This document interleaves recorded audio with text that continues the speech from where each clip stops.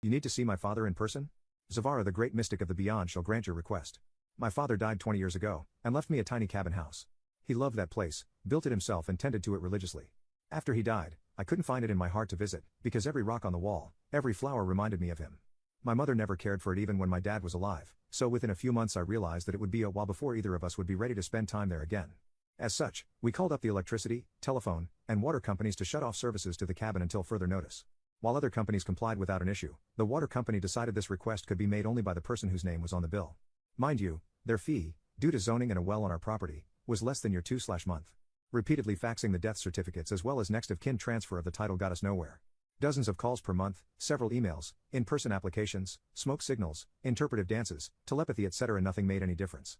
Both me and my mother were entirely flabbergasted, so we asked around and found out that indeed the process is unsolvable and, albeit not technically legal, people stopped paying those fees and the water would get shut off anyway as a result.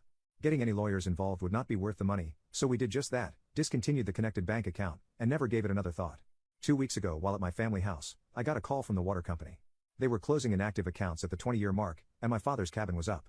They did however tell me that 1, there was a pending sum of €11.93 to be paid for the account to be closed, and 2, the account owner themselves had to make the application to close the account. Once again I mentioned the whole he's dead? Spiel and was passed over to a supervisor, but in a reminiscing demonstration of absolute absent-mindedness/stupidity, the response I got was unfortunately they have to show up in person, as we need a paper copy for accounts older than X years, otherwise we can't proceed. Now, I don't know how widely common this is, but in my country, you rent the burial site/grave in 3 to 5 year increments. My father's grave's 20 years were up in August and my mother decided it was time to unearth his bones and surrender the site. As such, we had just been delivered a very respectful package with my father's remains, cleaned and curated, only that week. Everyone that has ever gone through this process would recognize that box for what it was. And what it was great timing. 2 days later, I went to the water company's local office. I wore my most purple, silky, goth outfit, dark makeup, and oh so heathen jewelry, and carried a large bag with me. I asked to speak to the same supervisor, who luckily for me was in an open space area with their team's director and quite a few more desks. After confirming with her why I was there, she started telling me the whole he needs to be here in person thing again, but I interrupted her and told her I know what you will say, so I brought him with me so he can tell you himself.